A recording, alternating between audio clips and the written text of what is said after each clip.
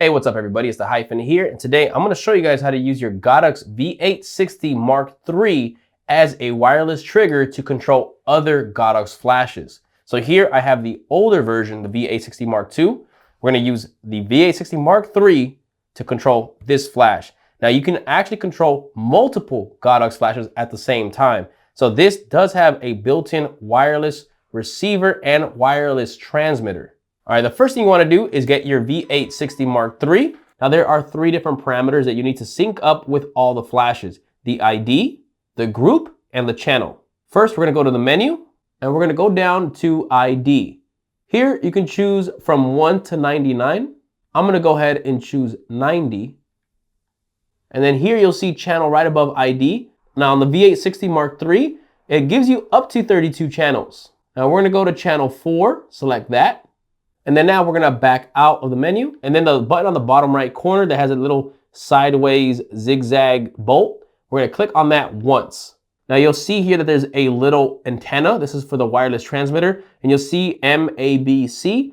A, B, and C are different groups that you can assign. So you can assign certain flashes to be a part of certain groups, and whatever settings that you put there, whether it's TTL or you manually choose a specific output power, whatever's on those groups will automatically fire off. So again, you can have three different groups, and then M is for this individual unit.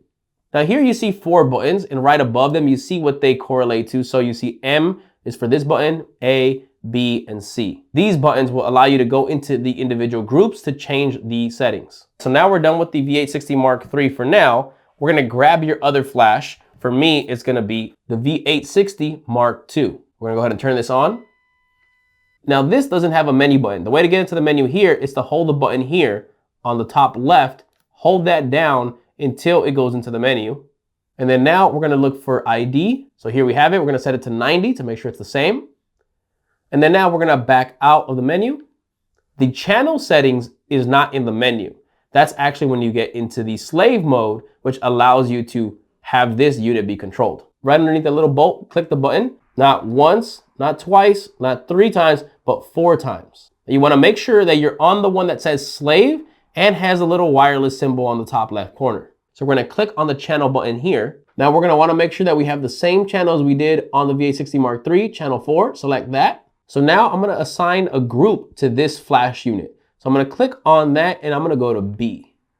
Now we're done with that flash. Let's go back into the V860 Mark III.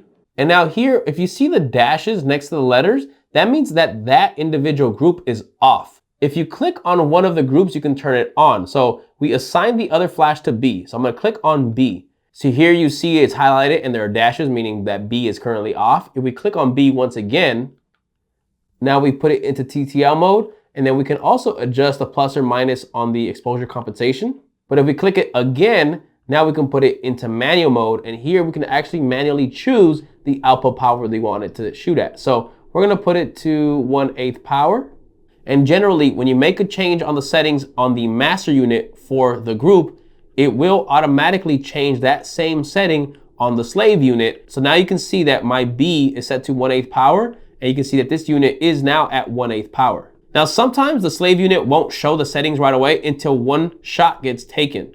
Now here I'm going to show you that they're actually going to fire together. It might be hard to see because the flash happens so fast, so I might have to do this several times. So if I click this test button here, which fires off this flash should fire off. Now it is important to know that sometimes when you have the units really close to each other like they are right now, it will not fire off. So sometimes they will, sometimes they won't. You generally want to have them a couple feet away from each other for them to really work properly. So I'm going to move this flash out of the shot, and I'm actually going to cover the flash head so you don't see the flash come off of the V860 Mark III, the main flash, and you should see the flash go off here. I'm covering the V860 Mark III and I'm pressing the button now. Now you should have saw the flash go off right here in front of the unit. So now I want to change it to TTL mode and show you that the other unit here should change to TTL mode as well. Now it says right now TTL, yep. So again, I'm going to click this button and it's going to fire off this flash.